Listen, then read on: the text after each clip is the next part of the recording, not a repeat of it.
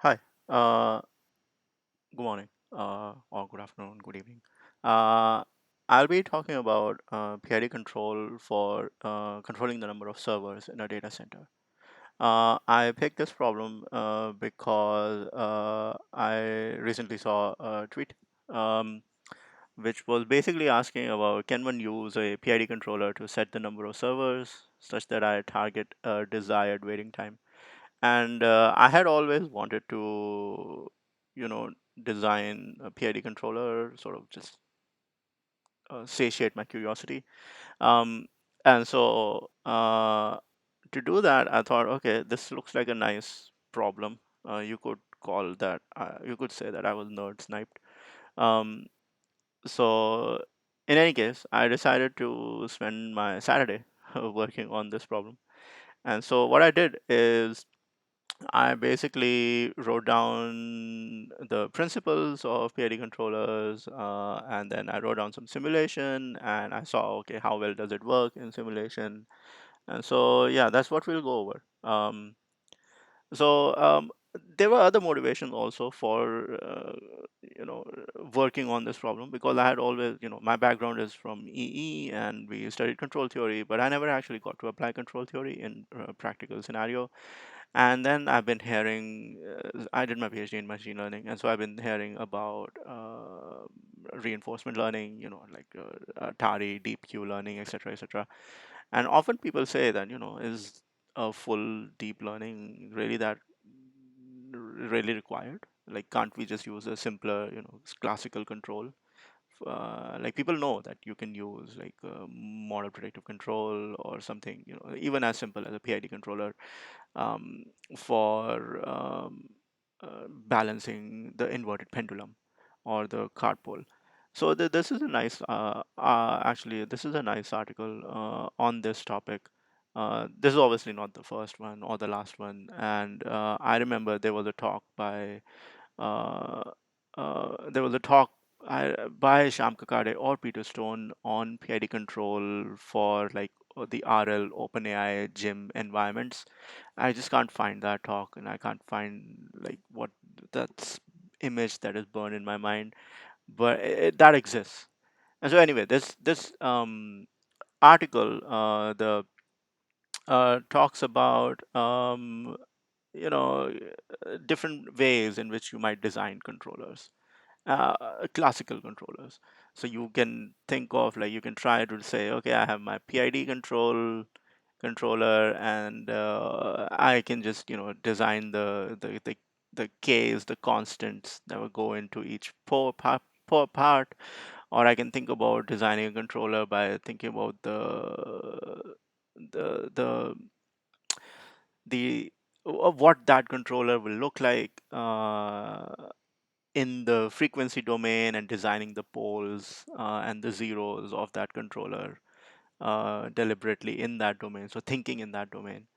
Uh, and also, like, there are different sort of classical controller optimization methods. So like predictive control or linear quadratic control, which tries to minimize sort of like a squared error. Etc. Kalman filter, which is more Bayesian in nature. So anyway, I had been interested, and so I decided to, okay, let's just do this. Let's figure this out. So okay, so what I'm gonna do is I'm gonna actually talk, um, but everything that I'll say is actually written down in these notes. Like, and I didn't have time to like actually, LaTeX and everything. So I'll just upload the my notes and this presentation and link it with this video. Um, so anyway, so the basic idea behind PID control is that we take an error signal. The error, yeah, all the important, things that I wanted to highlight, I've just like copy pasted and I've put them in here. So hopefully that will be good. Okay, one second.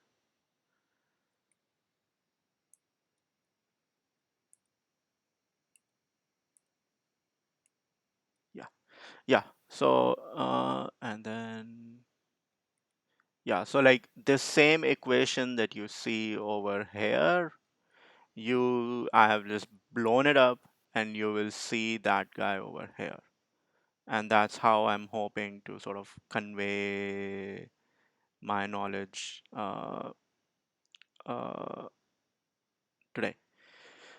Okay, so like I was saying, the basic idea behind PID control is that we take an error signal, where error is the difference of desired state minus the current state, and then we model the control signal as a we model the control signal as um, a combination of three things: the proportional part, the derivative part, and then the integral part.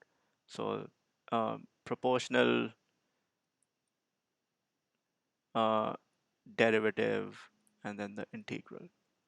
And this part means that the control signal will proportionally increase with the error. This part is can be thought of actually as a predictive element in the control. So the derivative part is really thinking about the future, right? Because it's looking at the rate of change of the error and it's trying to incorporate some of that future prediction. So you could have, instead of like a derivative of the error, right, which requires sort of like having some first order model of the error, you could have something more complicated and then think about the difference.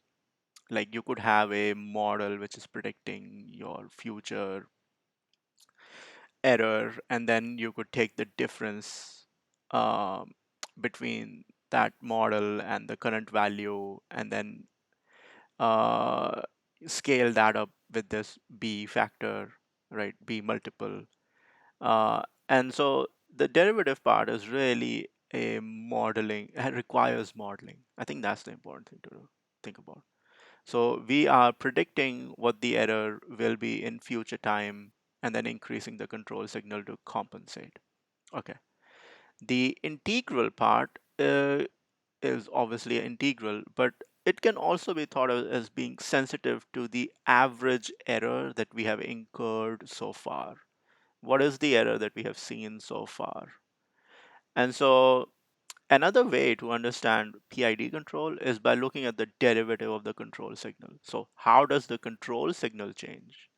So the proportional part says that my control signal will change, proportional to the change in error. The derivative part is making my control signal change proportional to the second derivative. So it's like the acceleration. And then the rate of change is equal to the instantaneous error that I have incurred right now. Uh, that's um, that's the integral part. Now, um, the integral part, you can see that, for example, if you had only the integral part, then when the error is zero, then your control signal will stop increasing. So this is gonna be like reaching some sort of a maxima when the error is zero, right? Um, so the integral part really brings that constant bias type of thing that you need into the picture. So that's its importance. Um, this is obviously all very high level uh, and not rigorous at all, but I think the intuition makes sense here. Um, okay, now let's consider the problem of actually controlling the number of servers in response to the average waiting time of a customer's request in a data center. So we have to build a block diagram which represents our system, and it might go something like this. So you might say, okay, I have the reference signal, which is that the desired waiting time that I need for my customer's request. So maybe I want each customer request to take about 100 millisecond to yeah, about 100 millisecond on average. So like this will be equal to R. Now I should tell you right now what I'm gonna say right now is gonna be what the naive person would think, and then I'm gonna show sort of like the best way to fit it into the PID control terminology. So like if you just start by saying reference is 100 millisecond, the this may not be the right unit to think about the reference signal. That's really the engineering part. Um, okay, so let's say you have the reference signal, right? You have your actual metric, the KPI that you're measuring. Maybe your servers are actually taking, I don't know, 200 millisecond to process a client request. Oh, huge error. So you feed that error into your PID controller. Okay, then your PID controller is gonna say, hey, I need to add more servers. But there is a delay. There is a delay because when you ask your AWS to spin up new EC2 machines, it takes, some time, like a minute or 2 minutes, to spin up those machines. So from the time that you actually give the signal to the time when the servers are actually ready, there is a delay of 60 to 120 second. And then the plant, which is your data center, is going to start processing, is gonna like there's a load coming in, right? And this load is actually variable. And because this load is variable and it varies with the time, this system is actually not time invariant. So analyzing it is not straightforward if you don't make assumptions, if you don't make simplifications. So that's actually another engineering aspect that we'll talk about. But if you say, you have the number of server and you have the load, you might say that, okay, the time taken to service a request is like something like mu L by S. So it's some scaling factor, some coefficient times the load, no, the transactions that are coming in, divided by the number of servers. So when you have more number of servers, your metric that the KPI that you're measuring goes down. Okay, so more servers means less latency, less waiting time. And this is actually the problem. You If you build your system this way, if you build your KPIs this way, this system is going to be horribly non-linear. Instead, if you set your reference signal to be in the unit of 1 by time or hertz, right? And you measure your KPI and you measure your error signal in hertz and you feed that to your PID controller, then you will be able to design the signal as, uh, instead of this, you will be able to say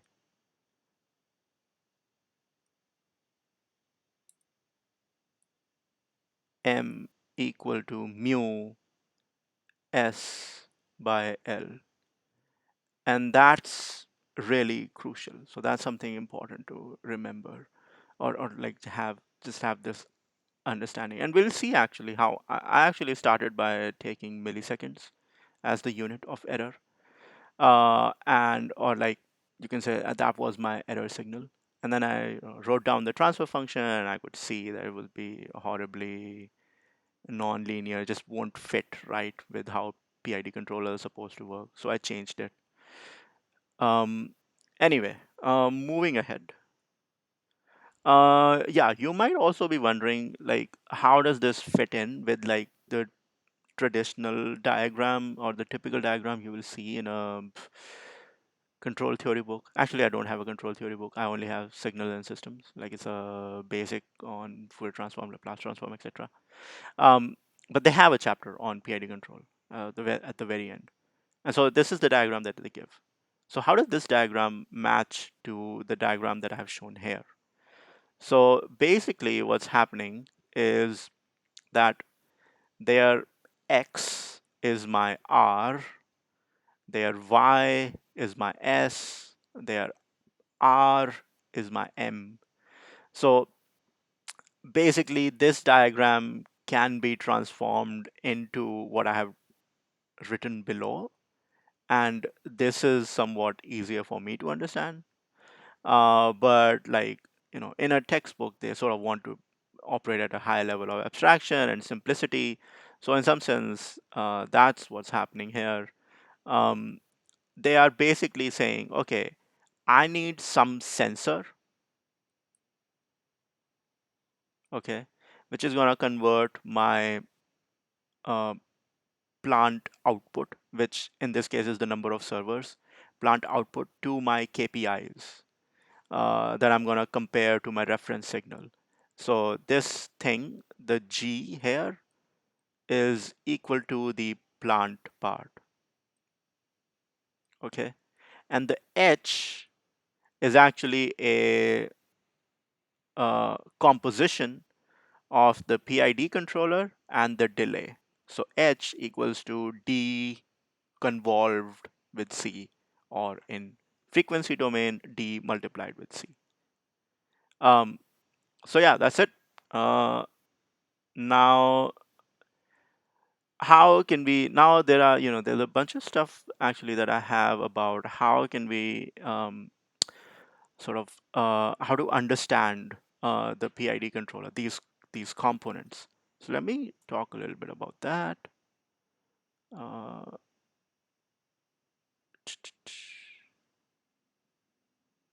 1 second, my preview has uh, hung up.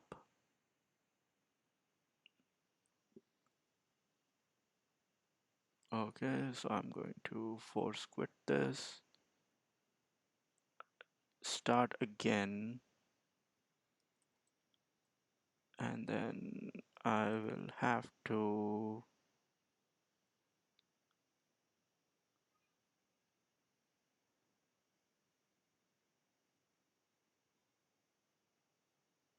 okay, awesome. So, and then this,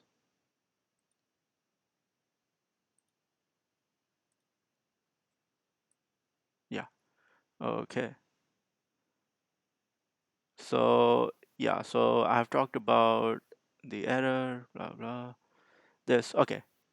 So let's talk about the PID controller and all of these components. So this is the PID controller, this is the error signal, this is the control signal.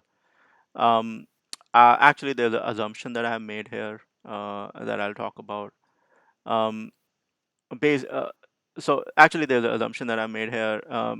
Like I'm calling it A0, which is that your control signal is continuous, but the number of servers is not continuous. So in practice, you're gonna actually see that I will actually need to make some adjustments for that, which is actually in code.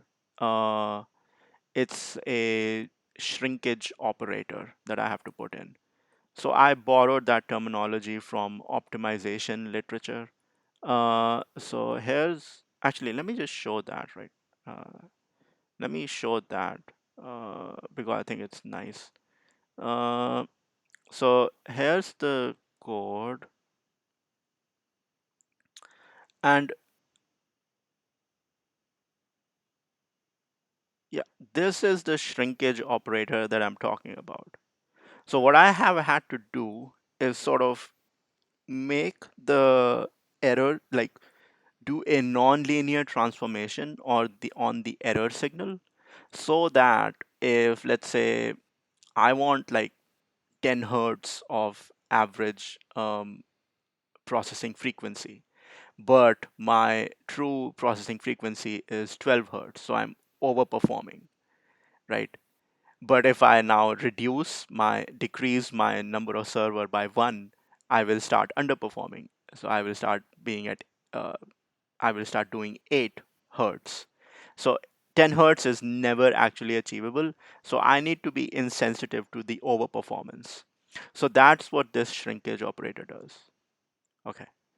Now going back. Uh, Wait, move to bottom. Now going back. Uh,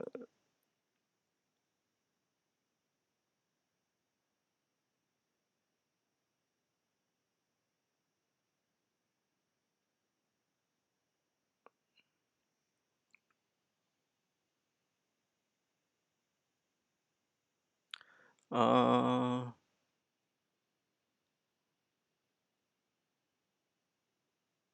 Damn it. Let me restart the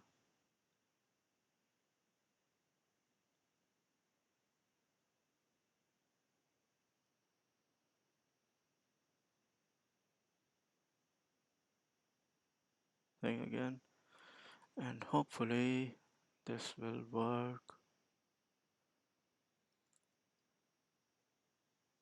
Okay,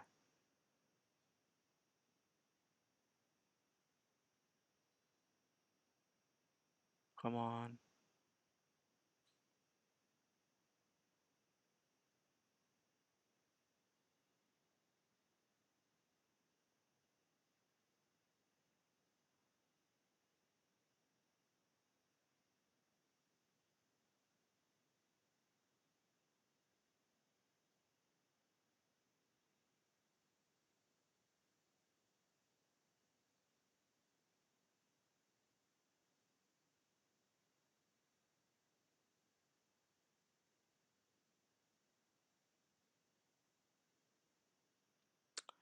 Okay, let's continue.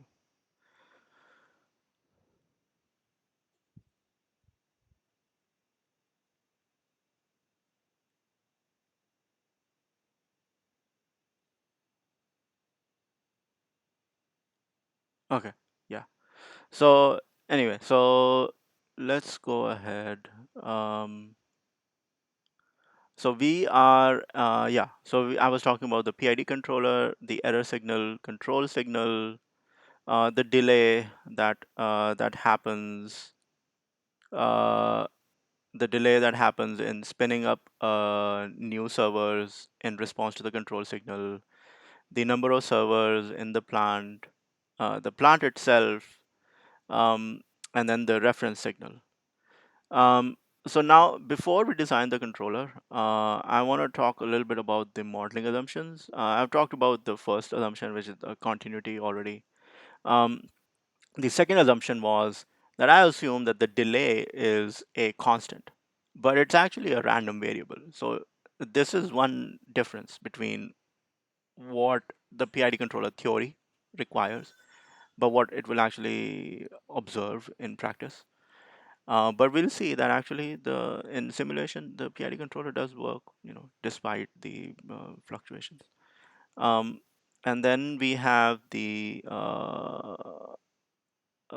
second assumption is that I assumed an instantaneous linear relationship between the number of servers and the local average processing frequency, which is that like I assumed that the plant is something like m equals mu um, s by l, but it's not going to be this instantaneous thing. It's actually going to have some delay because there's like memory in the system. There are existing jobs that need to be processed, and I have not done any of that.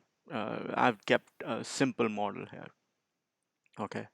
I also assumed actually that the load is known. So the load that is actually going into um, the load that is going into the plant is known, and that's a big assumption.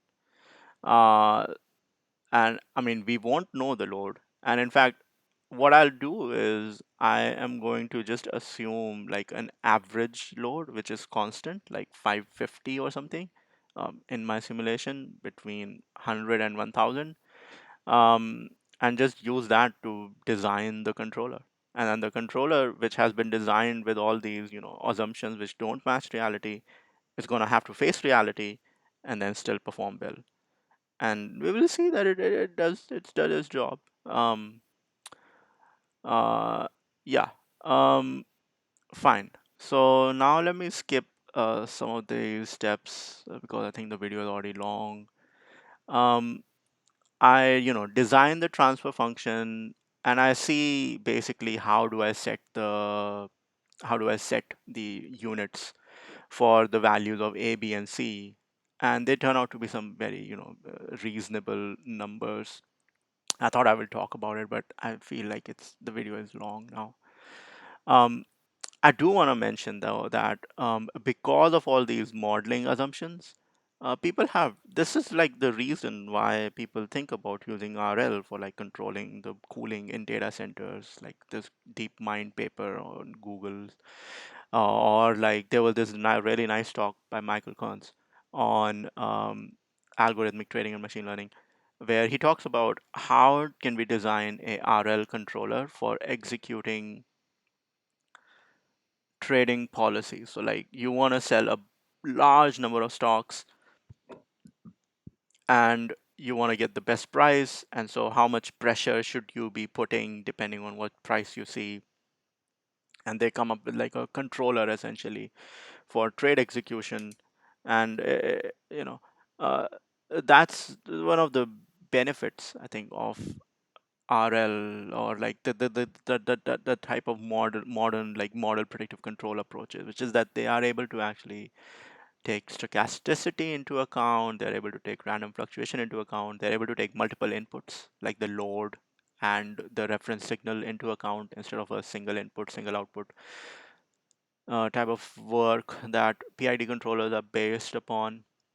But PID controllers are just a very good first design strategy for controllers, as we will see.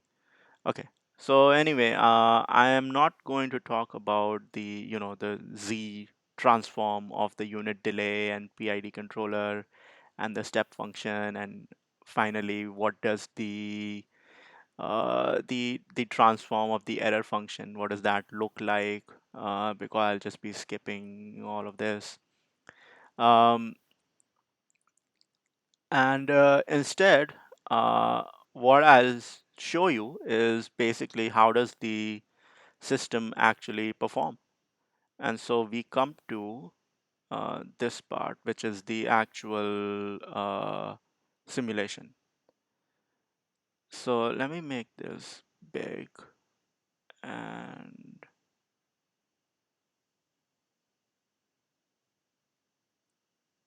mm,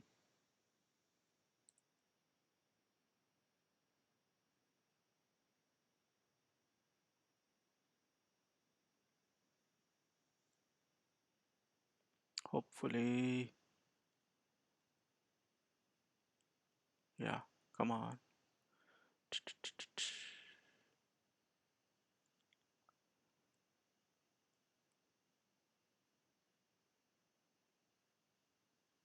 Yes, awesome.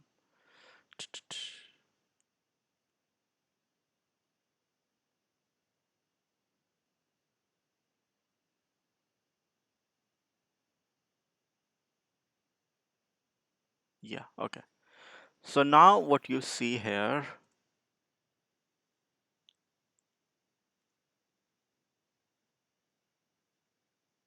okay. So now what you see here is a very basic, simple simulation that I did. Um, and this was done on the basis of some like, class diagrams that I wrote. Uh, you can see those over here, um, on the on the on the on the on the right. But so this really is just a very simple simulation. So I assume that there's an environment, which is like the computer, the machine. There is a task that can be created. So it's At the time of its creation, it comes with like what time was it created, how much processing time does it need, how much processing time does it remain, which server and thread processed this task, when did it end. Um, I also assume that the mean load is like varying, right? So the actual load is a Poisson process that is governed by this mean, the standard queuing theory stuff. And so what I assume is that like at midnight you have a load which is about 100 transactions per second, 100 requests per second, and at noon you have 12,000 transactions per second. So and then so the load is basically like you have tasks which are generated according to this inter task arrival rate, which is exponential, which gives rise to a boson, etc. I have a plant which is basically my data center. I have basically two methods. One is a request. So this request server method is gonna make a request to the plant to add n servers, and there's some randomness in when they will become available, after what time they will become available after the request. And then there is some reporting, which is what is the average waiting time.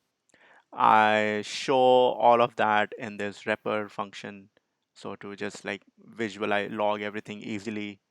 And then there's this process function, which just like runs the plant from t to t plus one. And so it like services, it admits new tasks, puts them in the queue, and then sort of simulates how the plant would have behaved from t to t plus one, which processes would it have been able to process. So that's basically it. The PID controller is actually really simple, right? It took me much more time to write the plant simulation than it took me time to write the PID controller itself, or even to tune it. So that tells us, right, why Simulink in MATLAB is so important, why Bonsai is a important company. Like writing the simulator takes much more time. It's like much more complicated. Writing a good simulator is much more complicated than the control itself. Of course, control is complicated. It's like, but you only need groundbreaking results once, and then once they're groundbreaking, you can easily learn them, and it's easy to use. Um, okay. Fine. And then there was this shrinkage trick that I already talked about. I think this was the only real trick. Oh, there was another trick, which is that you don't want to be hyper reactive. So you want to feed your controller to be running at a multiple of uh, the startup time in the VM. Okay, yes, exactly. So basically, remember that I said that there is this gap between when you make a request to when the server will be actually available. So if I make the controller to be, operating at the same sampling rate of 1 second, let's say, um, the controller can easily start overshooting because it will make a request, but it will not see the result. And then also, I have the assumption that the load is a linear function of the number of servers. And that doesn't happen in the transients. That happens in sort of like the steady state or like the middle state where the servers have had the time to like reduce the backlog that was already there in the system and then sort of catch up. So that linear model only works um, in that regime.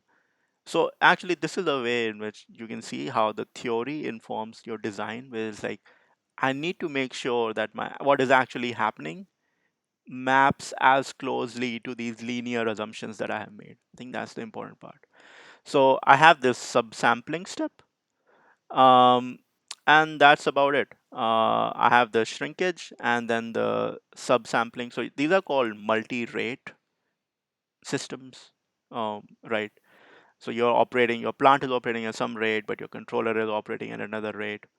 These are called multi-rate systems. Um, and so what you see when I run this controller is that, yeah, like it works. So it starts with, a single server. Then the controller says, oh, I'm like underperforming. Let me order two. And it goes back to one. Underperforming, go to three. This is the oscillation in PID controllers. Two, one, three again. Then it settles into two.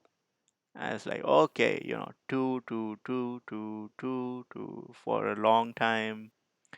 And then it will slowly, go up to three, three, three. Like this is what I'm looking at. This is the pattern that I'm looking at, um, for the number of servers. And so three, and then four, it slowly increases to four at around, afternoon, which is going to be, uh, you know, for 40,000 seconds or something. Um, you will have maximum load, and so you will have this five, six, seven, eight, slowly increasing 10, right? Keep increasing, and then finally the maximum number of servers you will need is 11.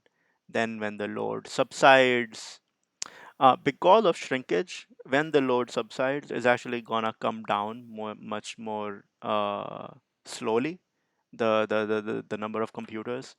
So that's, you can say it's a good effect, because like you are more proactive towards giving a better service. And actually, this tells us why PID control, or like such control, is really not that well used in, not that really important in controlling the number of servers, because the two errors, overdoing something or underdoing something, are not equal, right? You have a lot of saturation. The other thing is really like all these assumptions that I talked about, that I made, right? They really make this problem not really well suitable for PID. Like if you really need very fine grained control, if you have, for some reason you can't just like over provision, uh, like have these things running in pools, of like, I'm just gonna have like 11 servers running uh, all the time. If you really need very fine grained control, then you have to handle all of these things that I sort of modeled away. Uh, and those become like, it's like, you're trying to get your business started, right? You're trying to just get your service launched. Like, yeah, I mean, if I if you have to worry about operating costs that much to have profitability, to have any chance of profitability, maybe I'm in the wrong business. So that's maybe the reason why people don't use PID control, but I don't know. Anyway, so you will see that it stays at 11 for a long time, then it starts to come back down, 10, 10, 10, and 9. So it's sort of following the sinusoid as you would expect. Even though, I didn't tell during design that the load is going to be sinusoidal, it's just doing it. The PID controller is doing it by itself. So that is it. Uh, I hope this was useful. Like there is also going to be some hysteresis, I feel, in the system because of the shrinkage. So we might have to add some like figure out some way to like reset the controller, reduce that problem. So like remember, it doesn't go back to one or two, it goes back to three. So I don't know, like if I run it for multiple days, maybe I'll see a slow hysteresis happening, where it doesn't reset back. But anyway, this is it. I hope this was useful. Thanks.